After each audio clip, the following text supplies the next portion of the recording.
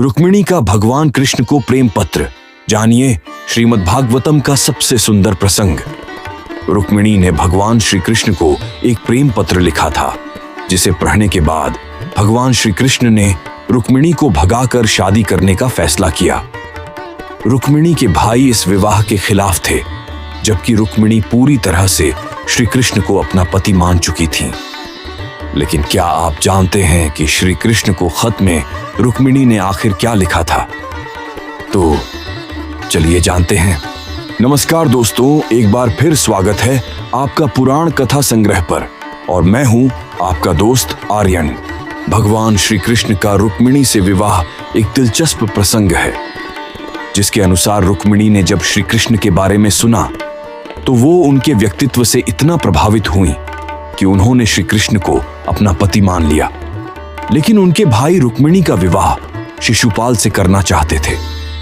इसलिए रुक्मिणी ने भगवान श्री कृष्ण को एक प्रेम पत्र लिखा, और इसमें रुक्मिणी ने श्री कृष्ण को अपना पति बनाने की प्रार्थना की और उनसे आग्रह किया कि वे आकर उनका हरण करें, क्योंकि उनके भाई ने उनका विवाह शिशुपाल से तय कर दिया था। उस प्रेम पत्र के बाद श्री कृष्ण ने रुक्मिणी को उनके विवाह मंडप से ही भगा लिया और उनसे विवाह कर लिया।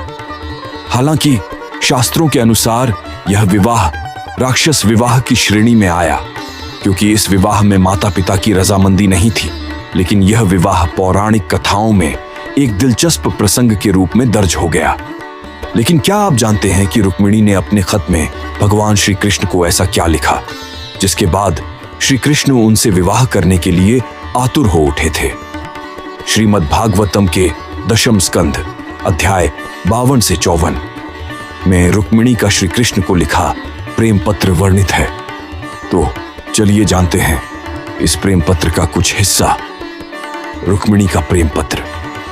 पत्र में रुक्मिणी ने लिखा था कि हे कृष्ण, मैं विदर्भ की राजकुमारी रुक्मिणी हूं। आपके गुण, आपका सौंदर्य और आपके शौर्य को सुनकर मैं मन, बुद्धि और आत्मा से आपको ही अपना पति मान चुकी हूं।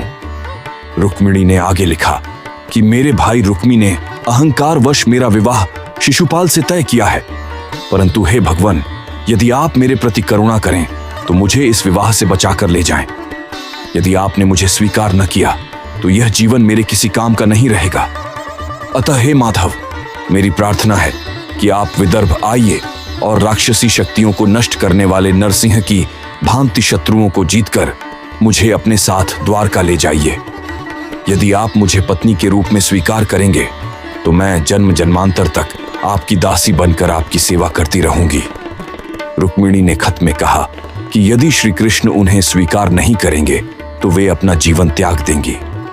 पत्र में उन्होंने योजना बताई कि वे उसे अंबिका मंदिर से ले जा सकते हैं, जहां वह पूजा के लिए जाएगी।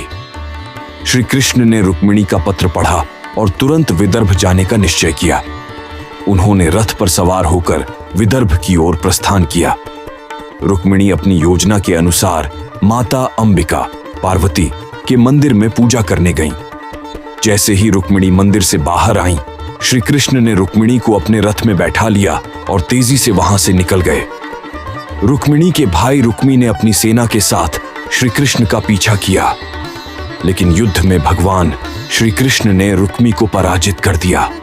और मित्रों, रुक्मिणी का यह प्रेम पत्र केवल एक पत्र नहीं था, यह था उनकी भक्ति, उनकी समर्पण भावना और श्री कृष्ण के प्रति उनके निष्कलंक प्रेम का अमर प्रमाण।